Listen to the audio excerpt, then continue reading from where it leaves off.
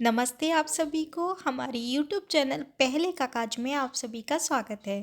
तो चलिए अब नेट के एग्ज़ाम पास आने वाले हैं तो उससे देखते हुए अब हम इम्पॉर्टेंट टॉपिक्स पर चर्चा करेंगे। तो आज का टॉपिक है हाइपोथेसिस यानी कि परिकल्पना। शुरू करते हैं।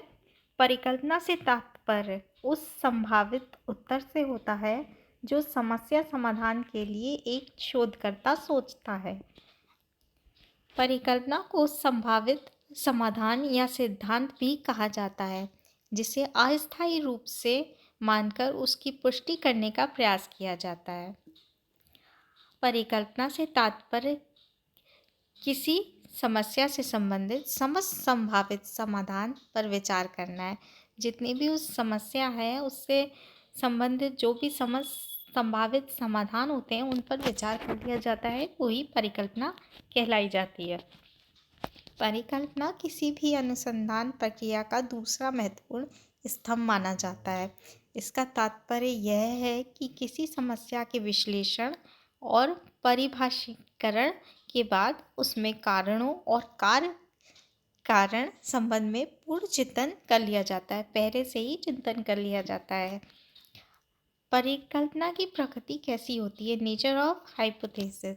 परिकल्पना परीक्षण योग्य होनी चाहिए। परिकल्पना ऐसी होनी चाहिए जो शोध को सामान्य से विशिष्ट एवं विस्तृत से सीमित की ओर लेकर जाए। मतलब सामान्य से हो तो विशिष्ट और विस्तृत से सीमित की ओर लेकर जाए।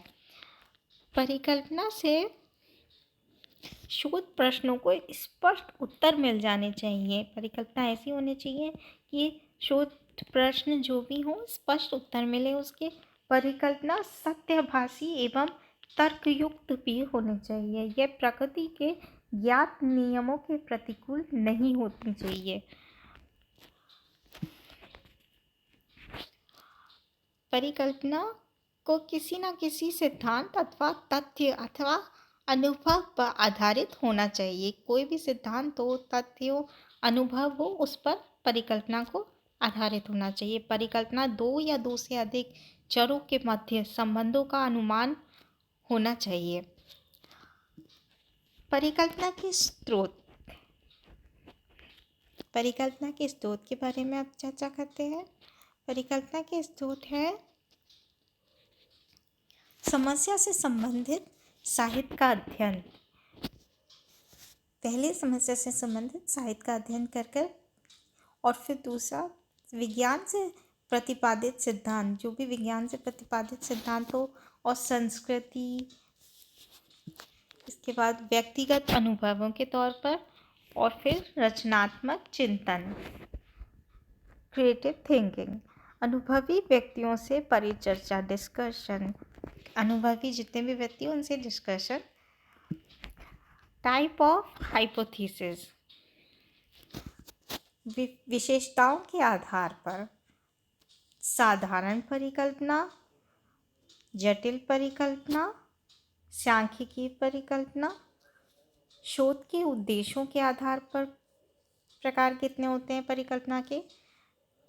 कार्यकारी परिकल्पना, शून्य परिकल्पना, वैकल्पिक परिकल्पना। तो ये है टाइप्स ऑफ हाइपोथेसिस। इस विशेषताओं के आधार पर ये टाइप्स है और उद्देश्यों के आधार पर इन टाइप्स के बारे में बात की जाएगी।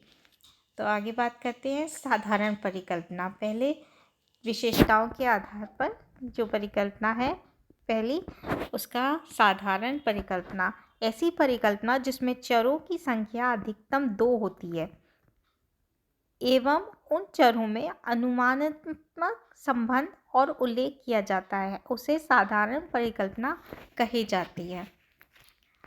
तो अगली परिकल्पना है जटिल परिकल्पना। विशेषताओं के आधार पर परिकल्पना जटिल परिकल्पना। वह परिकल्पना जिसमें 2 से अधिक चरों का प्रयोग कर उसके बीच अनुमानात्मक संबंध का उल्लेख किया जाता है, उसे जटिल परिकल्पना कहते हैं। इस प्रकार के परिकल्पना में आश्रित एवं स्वतंत्र चर 2 से अधिक होती है। अब बात करते हैं सांख्यिकी परिकल्पना की। जब परिकल्पना सांख्यिकी पदों से अभिव्यक्त किया जाता है तो इस प्रकार की परिकल्पना सांख्यिकी परिकल्पना कहलाती है। सांख्यिकी परिकल्पना को सांख्यिकी पदों में व्यक्त करने के लिए विशेष संकेतों का उपयोग किया जाता है। शोध परिकल्पना के लिए H1 तथा शून्य परिकल्पना के HO का उपयोग किया जाता है तथा मध्य के लिए X का उपयोग किया जाता है।